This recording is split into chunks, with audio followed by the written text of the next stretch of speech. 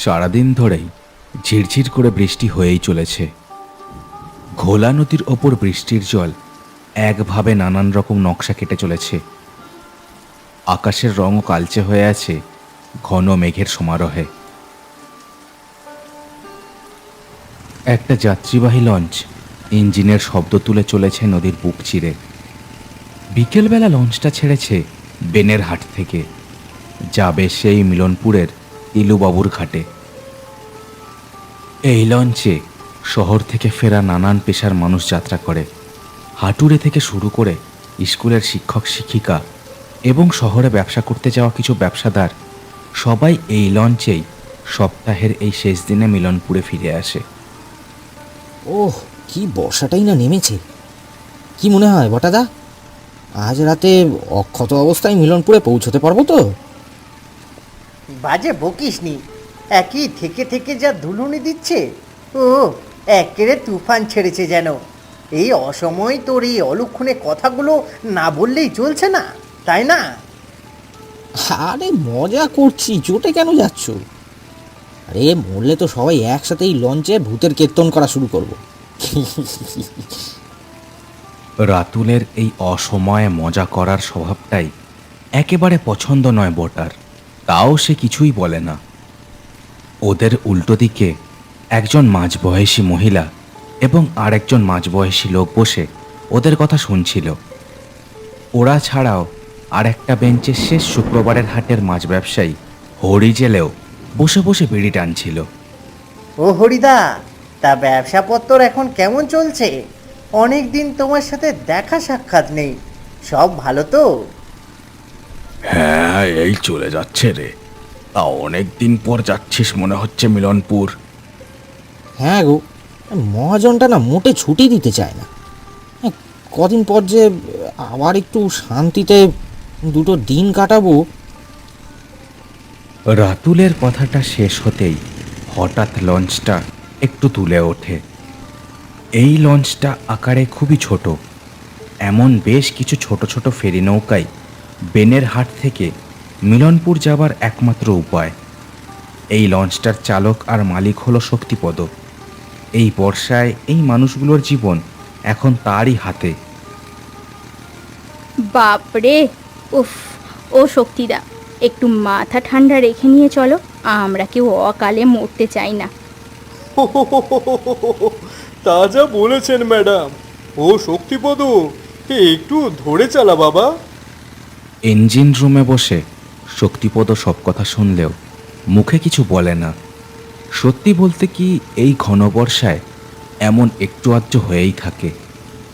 ওদিকে রাতুল আর বটার মধ্যে আবার কথা কাটাকাটি শুরু হয়ে যায়। রাতুল বলে ওঠে, হ্যাঁ, তবে যাই বলো বটাদা, এমন বর্ষায় যদি একটা জম্পেশ ভূতের সাথে দেখা হয় না, জমে যাবে কিন্তু। থামবি তুই? শুধু বেআক্কেলে কথা তোর ভালো লাগে না আর। এমনি করবি তো আর কোনো দিন আমি শুক্রবারে তোর সাথে লঞ্চে করে বাড়ি ফিরবো না। হ্যাঁ ভাই, এমন দুর্যোগের মধ্যে তোমার এমন মরা আর ভূত এইসব নিয়ে কথা আমাদের শুনতে একদম ভালো লাগছে না।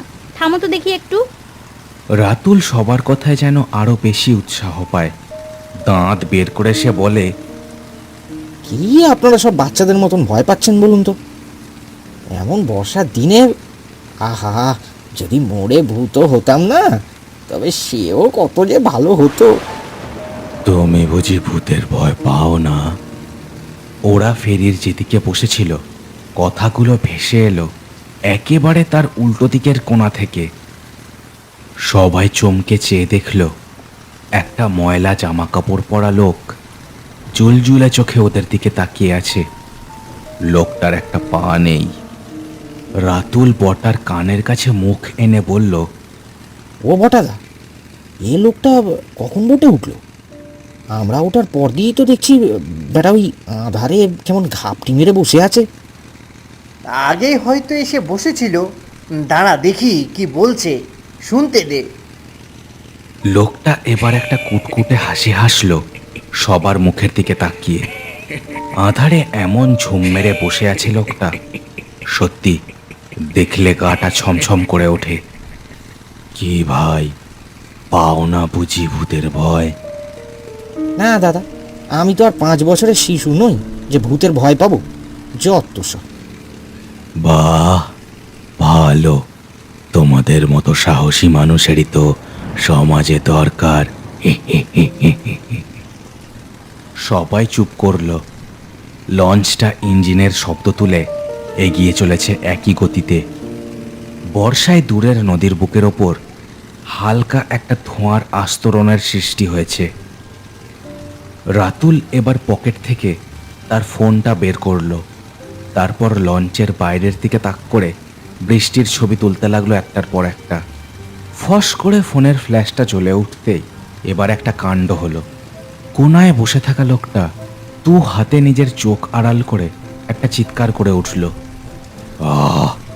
কি হচ্ছে? এই বাঁদর ছেলে, এমনি আমি আলো সহ্য করতে পারি না।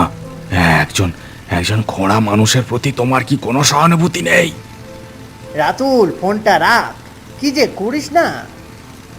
আরে কি মুশকিল, অত চটে যাচ্ছেন কেন দাদা? আজকালকার ছেলে একটা দুটো ওই কি বলে সেলফি সে তো তুলবেই। হ্যাঁ, দেখো দেখি, বিনা কারণে। দাদা, আপনার এই অবস্থা হলো কি করে? মানে আপনার পা? লোকটা এতক্ষণে একটু স্বাভাবিক হয়েছে। সে আবার একটা তেঁতো হাসি হেসে বলল, হ্যাঁ, এর পিছনে একটা বিশাল গল্প আছে। আমি বলতে পারি, তবে যদি আপনারা ভয় না পান। যাকে শুনুন, যদিও এটা এই খোলা নদীর ওপর ঘটে যাওয়া একটা সত্যি ঘটনা। আমি যখনকার কথা বলছি তখন এই বেনের হাটপুর আর মানিক এইসব জায়গার নামই কলকাতার মানুষ জানতো না। এইসব এলাকা ছিল একেবারে গণ্ডগ্রাম।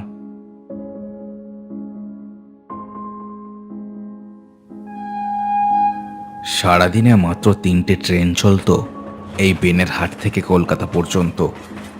সকালে, সন্ধেবেলা আর একেবারে রাত 9:20 একটা। ব্যাস। এইসব লঞ্চ, বোট, ফেরি এইসব কিছুই ছিল না। খোলা নদীর বুকে চলতো হাতে টানা ডিঙি নৌকো। আমি তখন চাকরি করতাম কলকাতার একটা ওষুধ কোম্পানিতে। খুবই সামান্য মাইনের চাকরি। এই আপনাদের মতোই সপ্তাহের শেষে এই এমনই শুক্রবারে সন্ধেবেলা ট্রেনে এসে নামতুম এই বেনের হাটে। আমার বাড়িও সে সময় ছিল ওই মানিকপুরে। দিনটা ছিল এমনই এক বাদলার। সকাল থেকেই ঝিরঝিরে বর্ষায় মানুষের নাজেহাল অবস্থা হয়েছিল। ফলবশত হলো কি, আমি সন্ধ্যার ট্রেন ধরতে না পেরে রাত 9টার পর এসে নামলাম এই বেনের হাটে। স্টেশন থেকে বাইরে যখন পা রাখলাম, চারিদিকে কোথাও কোনো মানুষের চিহ্ন নেই। 2-একটা দোকানপাট যাও বা ছিল সে সময়, সবই বন্ধ হয়ে গেছে অনেকক্ষণ। আমি ইট বেছানো কাঁচা রাস্তা ধরে বর্ষায় আমার ছাতাখানা মাথায় দিয়ে আঁধারে কোনো মতে পথ দেখতে দেখতে চললাম ঘাটের দিকে। আমার সাথে কোনো আলো ছিল না। খুব বেশি দূর যেতে পারিনি।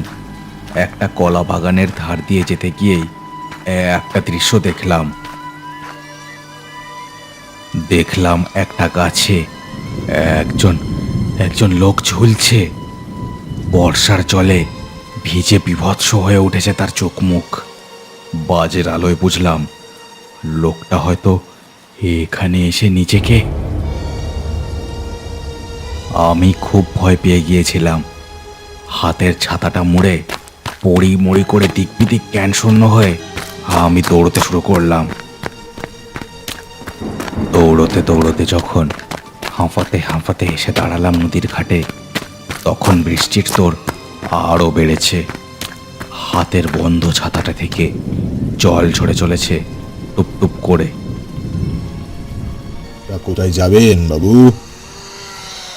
এই কে কে কে?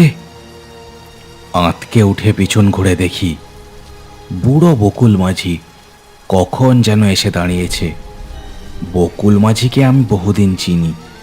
তার কুড়ে ঘরটা এই ঘাটেরই একপাশে ছিল তখন। মাঝিদা, ও মাঝিদা, ওই ওই কলা বাগানের মধ্যে ওই লম্বা গাছখানায় একজন ঝুলে আছে। বাপরে, ও আমার বুকটা এখনো ধরপড় করছে। বাপরে। বলেন কি বাবু, মিত্তিরদের কলা বাগান নাকি? কই, চলুন তো দেখি। আরে না না, পাগল নাকি? আমি আর কোথাও যাচ্ছি না। তোমারও তো দরদ থাকলে তুমি যাও। তবে তবে তার আগে আমাকে একটু মানিকপুর ঘাটে নামিয়ে দেবে, চলো। কি বলছো গো বাবু? একটা লোক অমন ভাবে ঝুলে থাকবে আর তুমি পালিয়ে যাওয়ার কথা বলছো? কে জানে কে সে, না জানি কোন দুকুটুকু মনের মধ্যে নিয়ে মরলো। আরে বলছি তো, আমাকে মানিকপুর ঘাটে নামিয়ে দিয়ে তুমি এসে যা করার করো। এমনিও এই বর্ষার মুখে তো আর এখানে দেহ সৎকারের জন্য লোক পাবে না। আর তার উপর ওটা কিন্তু পুলিশ কেস হবে, বুঝেছো? আমার মুখে পুলিশের কথা শুনে কাজ হলো। বকুল মাঝি ভয় পেয়ে রাজি হলো আমার কথায়। মিনিট পাঁচেকের মধ্যেই বকুল মাঝির নৌকোতে আমি চড়ে বসলাম। বকুল মাঝিও লগি ঠেলে নৌকোটা ভাসিয়ে দিল ঘোলা নদীর বুকের ওপর। তখনও বৃষ্টি হয়েই চলেছে একভাবে। নৌকোটা একটু সামান্য দূরে যেতেই একটা আজব দৃশ্য দেখলাম আমি। নদীর ঘাটের ওপর বর্ষার জলের মধ্যে কয়েকটা লোক দাঁড়িয়ে আছে। আঁধারে মনে হলো তাদের চোখগুলো যেন জল করছে।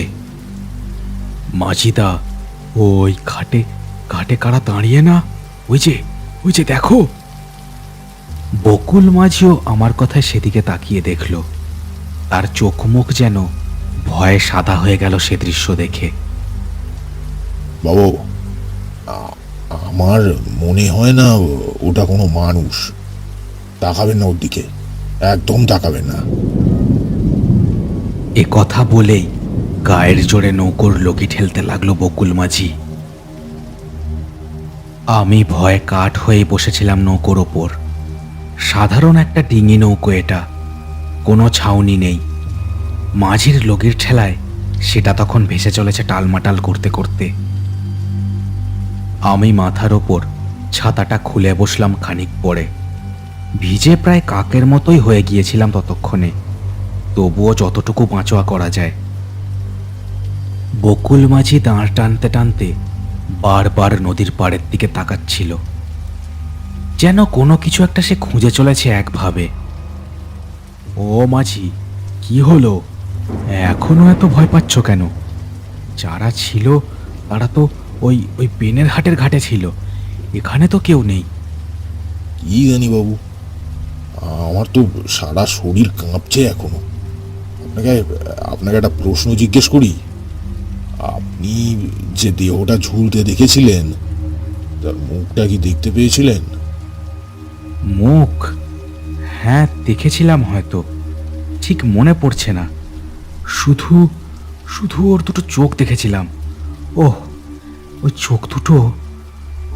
মাঝির কথায় সেই দেহটার চোখ দুটো মনে করতে গিয়ে আমার যেন শরীরটা আবার কেঁপে উঠল।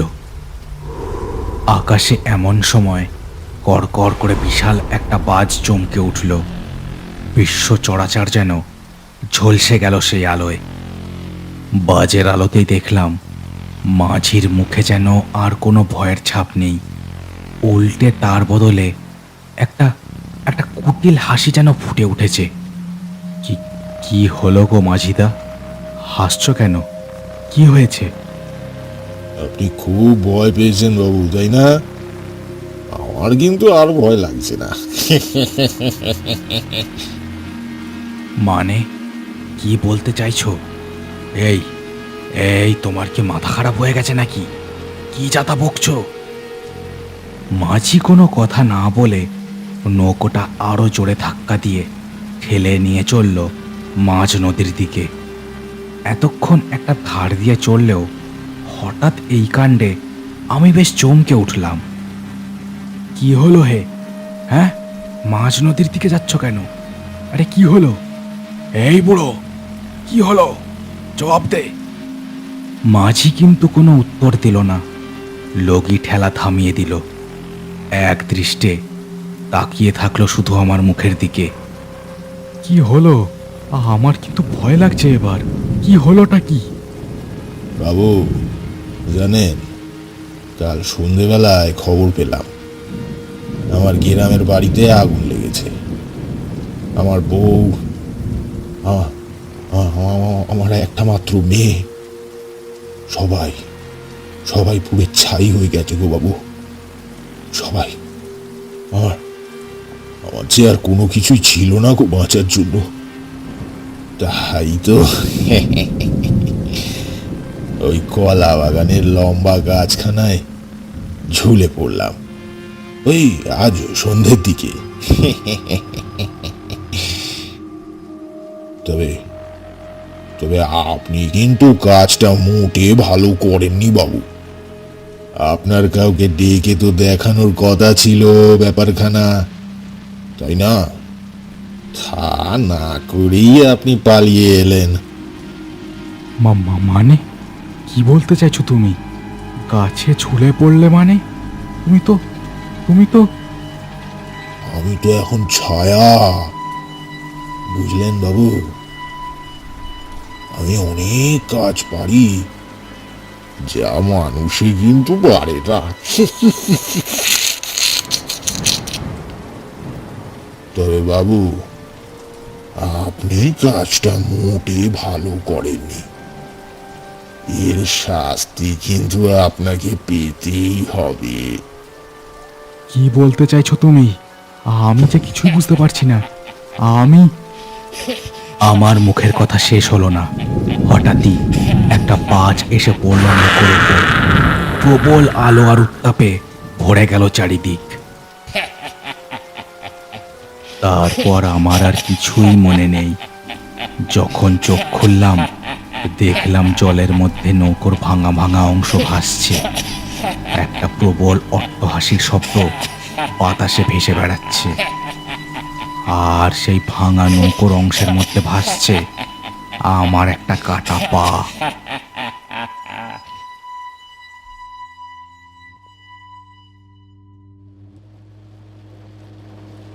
লঞ্চের ওপর চড়বড় করে বৃষ্টির শব্দ হচ্ছে। কারোর মুখে কোনো কথা নেই। বটাই নিস্তব্ধতা ভেঙে বলে উঠল, কি একখানা গল্পই না দিলে। বাজ পড়ে তুমি মারা গেলে আর তোমার পাটা উড়ে গেল।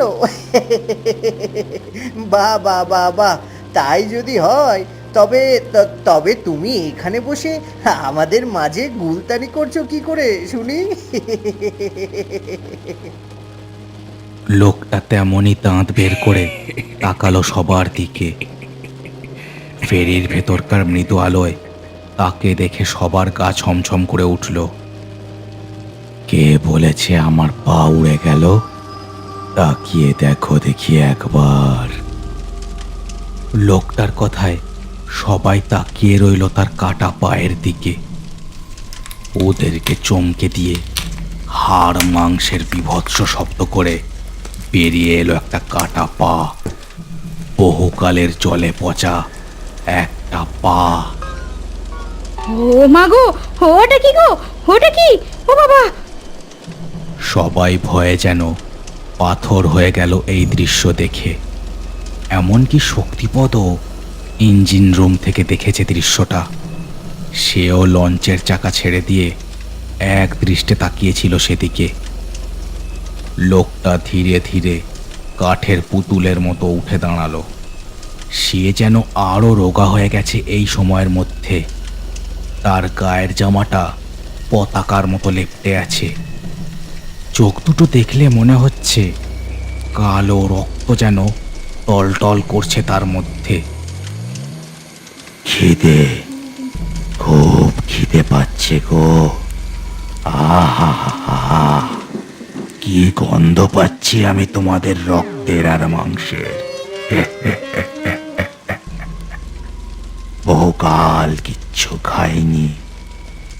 কি হে ছোকরা, এবারে ভয় লাগছে তো? কথাটা বলেই লোকটা কাঠের মূর্তির মতোই এগিয়ে এলো রাতুলের দিকে। রাতুল ভয়ে ভয়ে চোখ বুজে ফেলল। তার মুখের ঠিক কাছে ঠান্ডা ভ্যাপসা একটা নিঃশ্বাসের গন্ধে গাটা যেন গুলিয়ে উঠল তার। হঠাৎই সবাইকে চমকে দিয়ে হরি জেলে উঠে দাঁড়ালো আর তার হাতের বিড়িটা ছুঁড়ে দিল লোকটার দিকে। বিড়িটা লোকটার গায়ে গিয়ে পড়তেই সে পশুর মতো একটা চিৎকার করে ছিটকে গিয়ে পড়ল ফেরির এক কোণে। লঞ্চে উঠেই এজন্য একটা মোটকা গন্ধ পাচ্ছিলাম। আমাদের মধ্যে যে কেউ একজন এই মনুষ্য জগতের নয়, তখনই বুঝেছি ব্যাটা প্রেতের বাচ্চা, আমি থাকতে তোর কোনো জাড়ি জুড়ি এখানে খাটবে না। এ কথা বলেই হরি জেলে লঞ্চের মধ্যে পড়ে থাকা এক টুকরো ভাঙা কাঠ তুলে নিল। তারপর হাতের লাইটার দিয়ে কাঠটা জেলে আবার ছুঁড়ে দিল লোকটার দিকে। জ্বলন্ত কাঠটা লোকটার গায়ের ওপর পড়তেই লোকটা দু হাতে চোখ দুটো আড়াল করে পশুর মতো শব্দ করে উঠল, আমি চলে যাচ্ছি, আমি চলে যাচ্ছি, আগুনটা নেভা, আমি চলে যাচ্ছি। সবাই বিস্ফারিত চোখে দেখল প্রেত মূর্তিটা ধীরে ধীরে বাতাসে মিলিয়ে গেল। পচা গন্ধটাও তার সাথে সাথেই যেন মিলিয়ে গেল বাতাসে।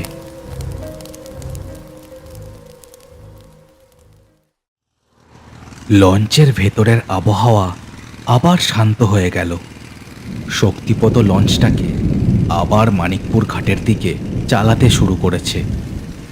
সবাই এখন শুধু অক্ষত অবস্থায় বাড়ি ফিরতে চায়। লঞ্চের ভেতরের নিস্তব্ধতা ভেঙে মাঝবয়সী ভদ্রমহিলা বলে উঠলেন, আজ যা ঘটলো তাতে আমার আর কোনো কিছুর ওপরেই অবিশ্বাস নেই। হে ভগবান, রক্ষা করো আমাদের, রক্ষা করো, রক্ষা করো। তা যা বলেছেন দিদি, আমার তো এখনো গা হাত পা কাঁপছে। ভাগ্যিস হরিদা আজ আমাদের সাথে এই লঞ্চে ছিল, নইলে যে কি হতো। হরিচেলে ততক্ষণে আবার একটা বিড়ি ধরিয়েছিল। ওদের দিকে তাকিয়ে মুচকি হাসি টেনে সে বলল, দেখেন, আমরা হলাম কে এই এলাকার আদিবাসিন্দে, তার উপর আমি পেশায় জেলে। রাত বিরেতে এমন অনেক কিছুর সাথে আমাদের মোকাবিলা করতে হয়, তাই টুকটাক গুণিনবিদ্যে আমার ঢের জানা আছে। আর কি বলেন তো, এই ঘোলা নদীর ওপর এমন অনেক ছায়া শরীরের দেখা পাওয়া যায়। এই নদীর বুকে যারা মরে তাদের মধ্যে অনেকেরই তো সাধ্য শান্তি হয় না, অনেকের তো দেহই খুঁজে পাওয়া যায় না। তারাই বারবার মনের রাগ মেটাতে দেখা দেয় জীবিত মানুষদের। ভাগ্য খুব খারাপ না হলে অবশ্যই এদের দেখা পাওয়া যায় না। ভয় পাবেন না। ও শক্তিপদ, এবার ভালোয় ভালোয় বাড়ি পৌঁছে দে বাপ। লঞ্চটা ধীরে ধীরে দুলতে দুলতে চলল মানিকপুর ঘাটের দিকে। বর্ষার শব্দ আর ইঞ্জিনের শব্দ ছাড়া আর কারোর মুখে কোনো কথা নেই।